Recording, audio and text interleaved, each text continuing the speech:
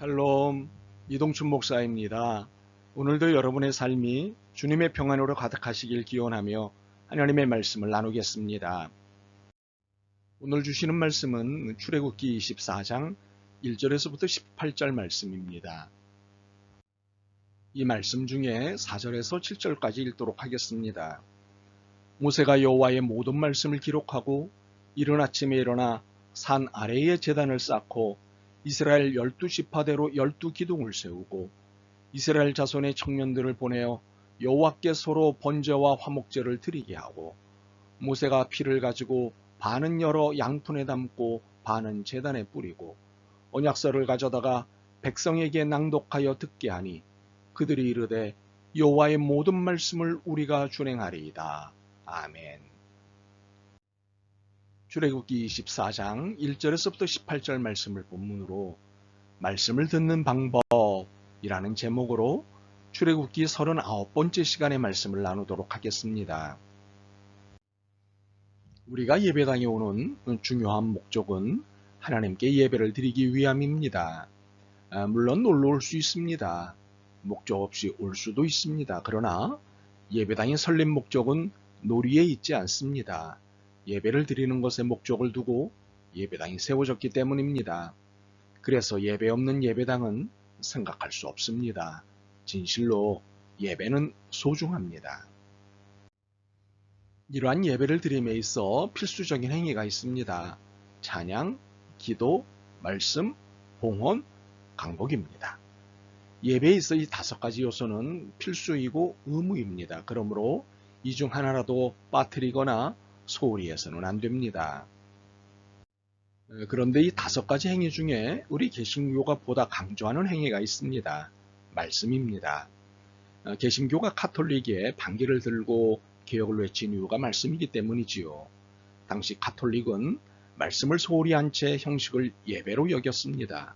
의식과 예전에 충실은 했으나 말씀엔 소홀했습니다. 심지어 말씀을 사제들이, 목회자들이 독점하였습니다. 평신도들에게는 성경을 가질 권한도 설교를 들을 귀도 허락하지 않았습니다. 그래서 말씀은 점차 예배에서 사라지게 되었지요. 그 결과는 교회의 타락, 사제와 평신도의 타락을 가져왔습니다. 드디어 주님께서는 루터를 통해 말씀을 되찾게 하셨습니다. 그리고 칼빈을 통해 말씀의 능력과 권위를 굳건히 하셨습니다. 이후 개신교는 말씀을 중심으로 예배를 드리게 되었고 이 전통은 오늘까지도 계속 이어져 오고 있습니다. 그런데 언제부턴가 말씀을 소홀히 하는 행태들이 나타나기 시작했습니다. 귀찮다는 이유, 바쁘다는 이유, 전문가들이나 하라는 이유 등으로 말씀을 소홀히 하는 일들이 벌어지고 있습니다. 이것은 종교개혁 이전의 행태를 재발하는 것입니다. 다시 형식에 치우치고 외형에 관심을 보이는 일을 재현하는 것입니다. 그러나 성경은 분명히 말씀하십니다. 이 백성이 말씀이 없어 망하는도다. 교회가 쇠락하고 성도가 타락하는 이유는 말씀을 경홀히 하기 때문입니다. 망하는 지름길입니다. 오늘 본문은 하나님의 말씀을 어떻게 대해야 하는지를 잘 보여주고 있습니다. 그것은 기본적으로 엄숙하고 진지하고 마음을 다해 말씀을 대할 것을 보여주십니다. 함부로 가볍게 대하지 않는 모습을 보여줍니다. 오늘 본문은 무엇보다도 말씀을 받는 자세에 대해 구체적인 지침을 주십니다. 자, 그럼 말씀을 어떻게 받아야 한다고 지침하시는지 보겠습니다. 첫째, 말씀을 받기 전에 순종의 준비를 해야 합니다. 무엇을 말씀하시더라도 다 받을 준비를 해야 합니다. 1절과 2절입니다. 또 모세에게 이르시되 너는 아론과 나답과 아비후와 이스라엘 장로 70명과 함께 여호와께로 올라와 멀리서 경배하고 너 모세만 여호와께 가까이 나아오고 그들은 가까이 나아오지 말며 백성은 너와 함께 올라오지 말지니라. 하나님 앞에 나오는 규칙을 정하십니다. 백성 중 아론과 나답과 아비후와 이스라엘 장로 70명과 함께 여호와께로 올라오라고 모세에게 명령하십니다. 그런데 정작 하나님 앞에 가까이 갈 수 있는 것은 모세뿐이었습니다. 이것은 왜 나 혼자만이냐고 할 수도 없고 왜 모세만이냐고도 할 수 없습니다. 이것은 하나님의 규칙이기 때문입니다. 기껏 힘들게 올라오게 하시고는 정작 모세만 가까이 오라고 하시는 하나님이 섭섭할 수도 있을 것입니다. 그러나 이것은 인간의 감정으로 덤벼들 사항이 아닙니다. 이것은 순종을 보시고자 하는 하나님의 의도입니다. 그러므로 말씀을 받기 전에 순종의 마음을 갖추어야 합니다. 우리는 고백해야 합니다. 주여 말씀하옵소서 종이 듣겠나이다. 둘째는 이는 앞서 설명한 것과 연관되는 바 말씀을 듣기 위해 기다려야 합니다. 말씀하실 때를 기다리고 준비해야 합니다. 13절과 14절입니다. 모세가 그의 부하 여호수아와 함께 일어나 모세가 하나님의 산으로 올라가며 장로들에게 이르되 너희는 여기서 우리가 너희에게로 돌아오기까지 기다리라. 아론과 훌이 너희와 함께 하리니 무릇 일이 있는 자는 그들에게로 나아갈지니라 하고. 하나님은 모세에게 다시 시내산으로 올라오라고 하십니다. 하나님이 친히 새기신 말씀판을 받으러 올라오라고 하십니다.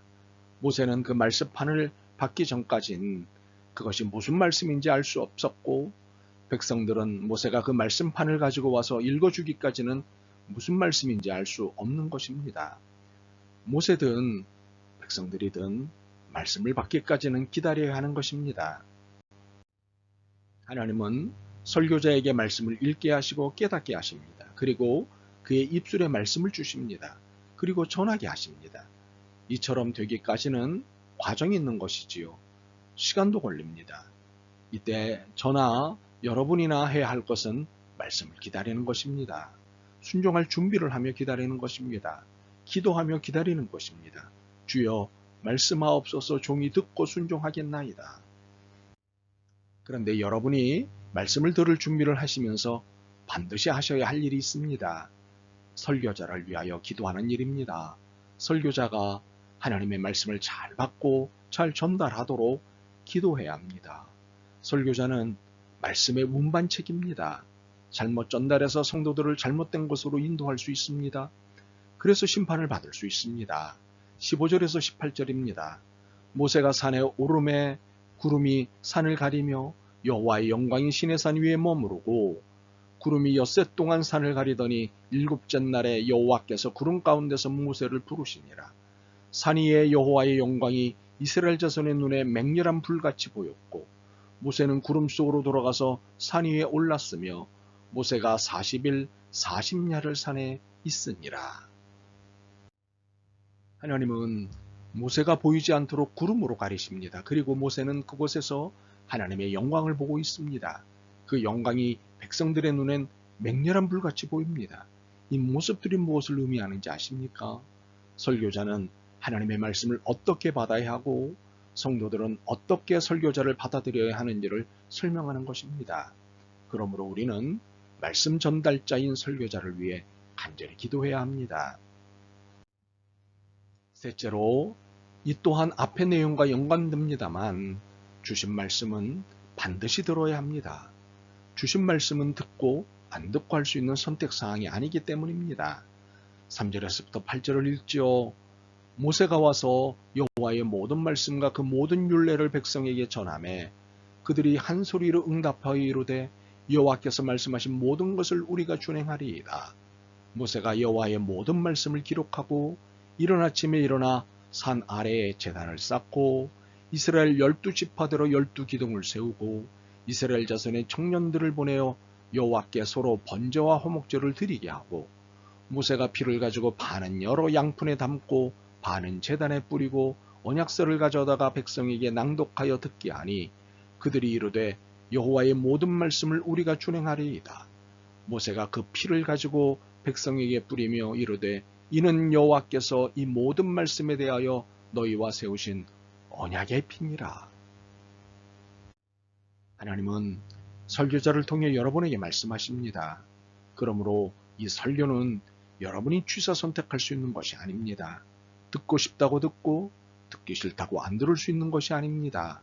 설교자 또한 교인들이 듣기 싫어한다고 전하지 않고 듣기 좋겠다고 골라서 전하는 일을 할 수 없습니다.